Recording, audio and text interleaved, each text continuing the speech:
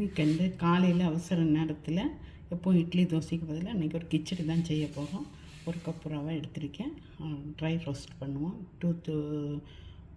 கொஞ்சம் வாசனை வருது வரை ட்ரை ரோஸ்ட் பண்ணுவோம். கொஞ்சம் வாசனை வரட்டு வறுத்தாச்சு எடுத்துருவோம். அரட்டு எண்ணெய் ஊற்றுவோம். ரவையை மாற்றியாச்சு. இங்கே எண்ணெய் தான் ஊற்றிருக்கேன். ஒரு கரம் மசாலா போடுவோம். ஏலக்காய் போடலாம்.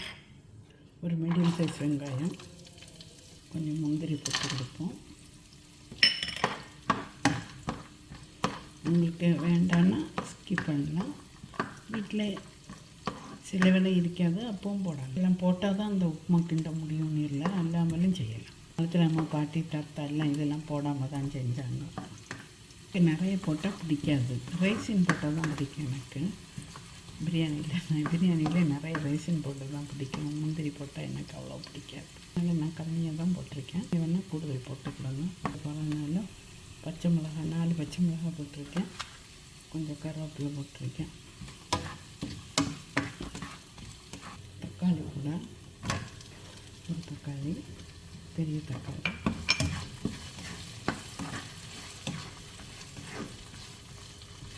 garlic paste. You not like, don't add. உங்களுக்கு விருப்பம் இல்லாட்டா நீங்கள் போடாங்க. இஞ்சி மட்டுமாவது கொஞ்சம் போடுங்க. கொஞ்சம் டர்மரிக் போட்டு கொடுப்போம்.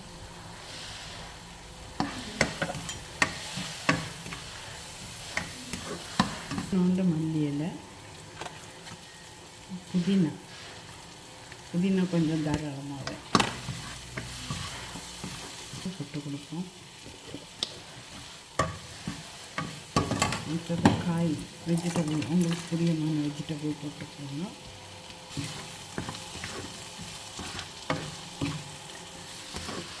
வெஜிடபிள் வேகிறதுக்கு கொஞ்சமாக தண்ணி ஊற்றிக்கணும்.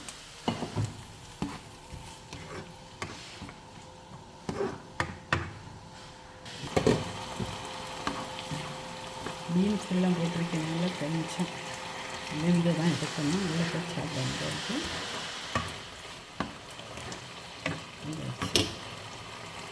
தண்ணி ஒரு கப்பு ரவைக்கு 3 கப்பு தண்ணி.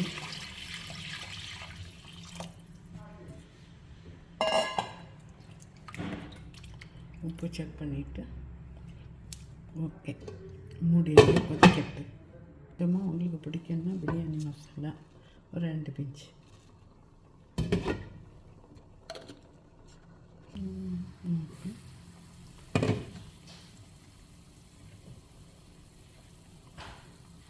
தண்ணியில் கொதிச்சாச்சு. இந்த அளவுக்கு வந்த பிறகு ஒரு ஸ்பூன் நெய் போட்டு கொடுப்போம். நெய் போட்டு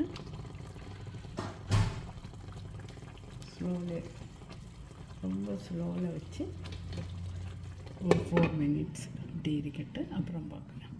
இதில் எந்த கறியும் வேண்டாம்.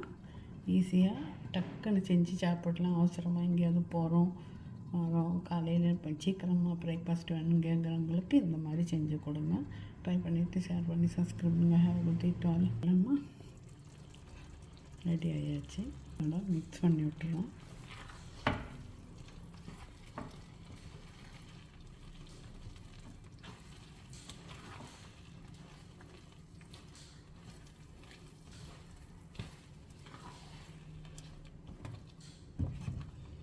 அவ்வளோதான். நல்ல சுவையான ரவா கிச்சடி ரெடி.